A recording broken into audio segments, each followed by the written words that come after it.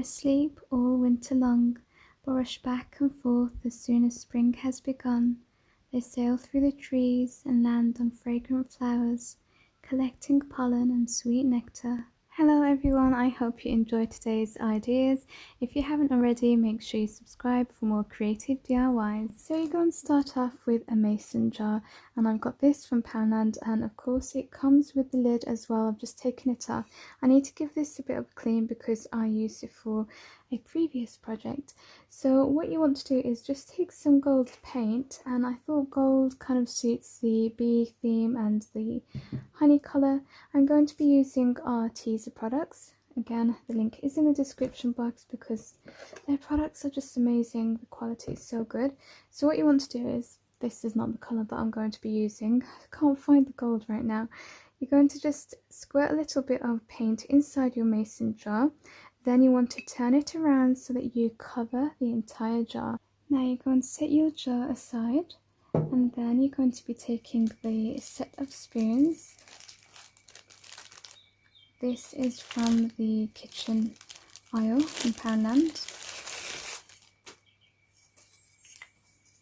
I'm going to be covering these or decorating them, doing decoupage, which is basically using some napkins to decorate. These are the napkins I've got from Home Bargains.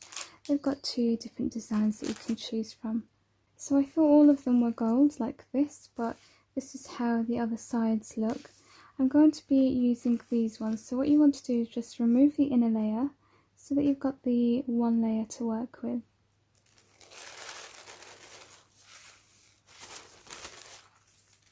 And it's up to you if you want to do your decoupage using the whole napkin like this, so that you're covering it, or you can cut around the little bees and stick them on like that, so throughout the spoon.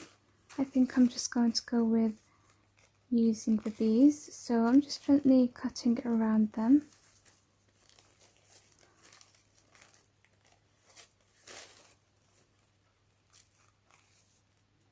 And remove as much excess as you can. Then you're going to take your PVA or some Mud Podge, and we're going to stick it on to the spoons with this.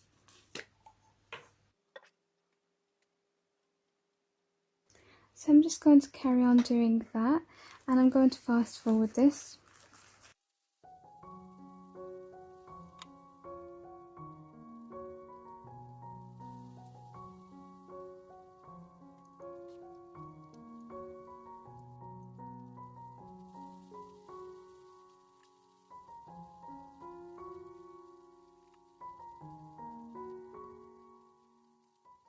It's raining quite heavily, there's like a storm going on, so hopefully you can still hear me. I'm using my second napkin. I'm going to use this area here, and I'm going to do the same technique with the decoupage and place it in the centre of the jar. I'm just going to add a little bit of background, so I'm taking some of my ARTEZA watercolours so that I can just paint in the centre here before I add my napkin.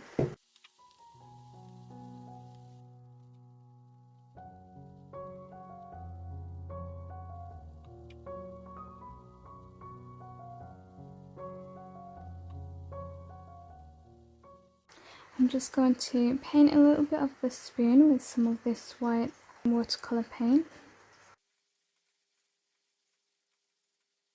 I'm just painting my last spoon now, so I'm being really careful just to go around the bees.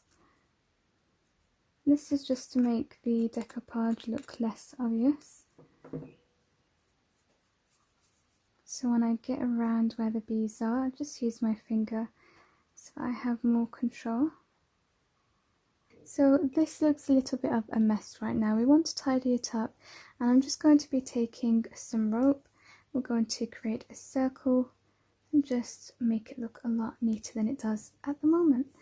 So I'm just going to create a circle, cut it off and stick it in the center with some hot glue.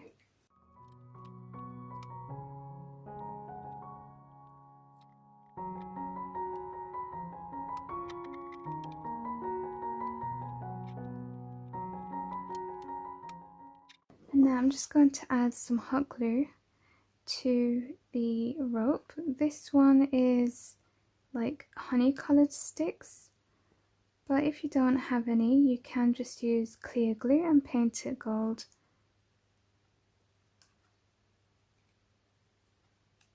Now I'm just going to decorate the neck of the jar, and you can do this with some twine, which Poundland also do, or you can use this. I'm going to use this because I feel like I've used too much gold brown kind of stuff, and this will go with the spoons that we have made and that I have painted white, and it will also just break up all of the gold because I do feel like it can be a little bit too much otherwise.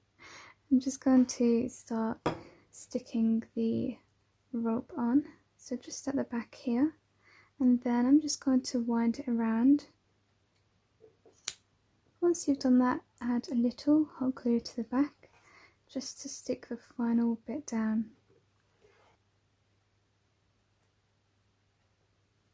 And then you're going to take your utensils and add them inside your jar.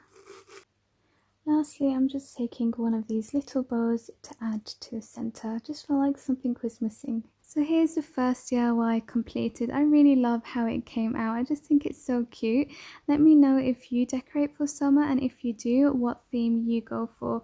I do like bees. I just find them so adorable. I'd also like to know if you have tried decoupage. It's one of my favourite techniques to just give something a bit of a transformation and decorate it. Now we are moving on to the second DIY, and I am using these 8x10 photo frames from Poundland, and you can do this for any style. Like I'm just doing bee theme to match the rest of the ideas in this video, but I just can't wait to share this with you. It's one of my favourite hacks to do. Because it's really hard to get hold of a vintage book in an A4 size so it can fit your frames, I managed to look for one and find one online, and it's so beautiful because it actually is vintage and there's really gorgeous illustrations, and it's all about flowers. So that's the first thing you're going to want to do, is print some of that text off. I have 4 pages to fit my 4 frames. Then once you've done that, you want to go onto Google or whatever search engine you use, and you want to type in anything you're looking for. So if you're doing a bee theme, for example, you can do Alice in Wonderland.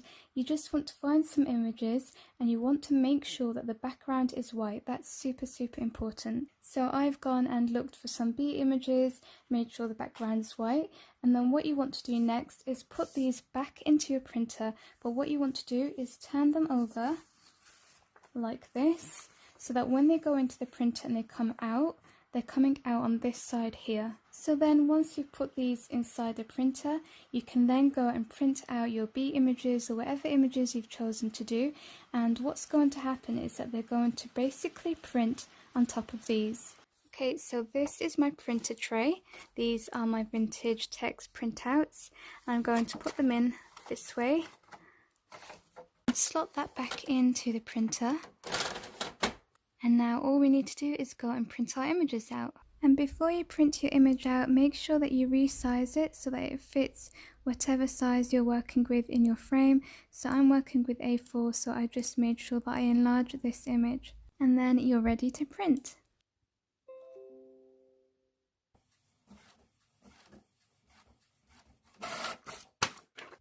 So there you go, look at how it's come out.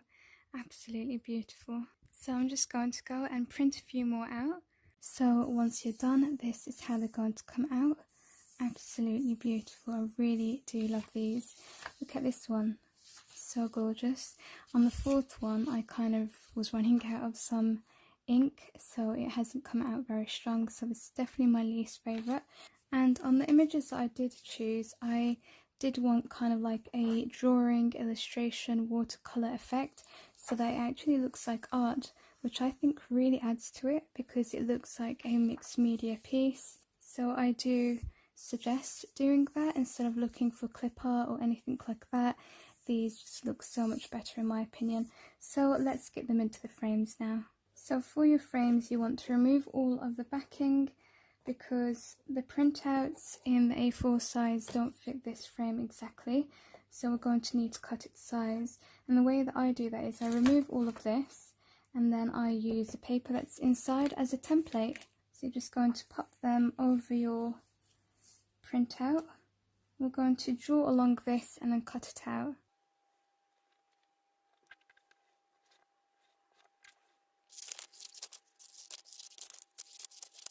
Okay, so now I've done that, I'm just going to take your papers and place them inside the frame, and then we're going to bring back the backing, insert that in, and just secure that. So this is today's second project done. I really love this. I think it looks so high-end and expensive, so I've made 3 going across my hallway.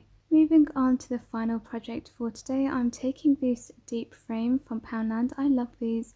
They're like shadow boxes and there's so much you can do with them. Next, you're going to go onto Google, type in any background that you like, and then print that out. I just use an inkjet printer and I just printed on regular paper.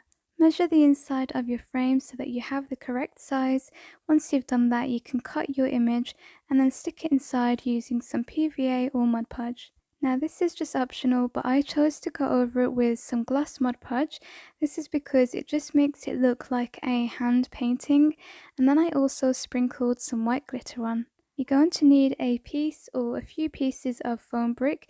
You can cut it to size using your craft knife and then attach it to the bottom of your frame using some hot glue. Then you want to cover that foam brick with some moss. Again, I just used some hot glue to do this. I then took some bright artificial flowers and I cut them to various lengths and then just poked them through the floral brick. I then took some artificial sprigs and I hot glued them on the side of the frame, as well as 2 little bees. We're going to make our little bee look like he's flying in the middle of our frame. To do this, you're going to need some clear string. This is usually used for jewelry making. So you're going to cut it to size, hot glue it on the top, and then take your little bee and hot glue it on the bottom of the string. For some contrast in colour, I am taking these dried baby's breath and I'm cutting a few and just adding that inside the moss. So this is today's final project. I just can't choose which one my favourite is. If you can, let me know in the comments because I love hearing from you and reading what you have to say. And if you love what you see, make sure you subscribe and share this video. It really does help me out and I appreciate it so much. Take care of yourselves. Thank you so much for watching. Bye.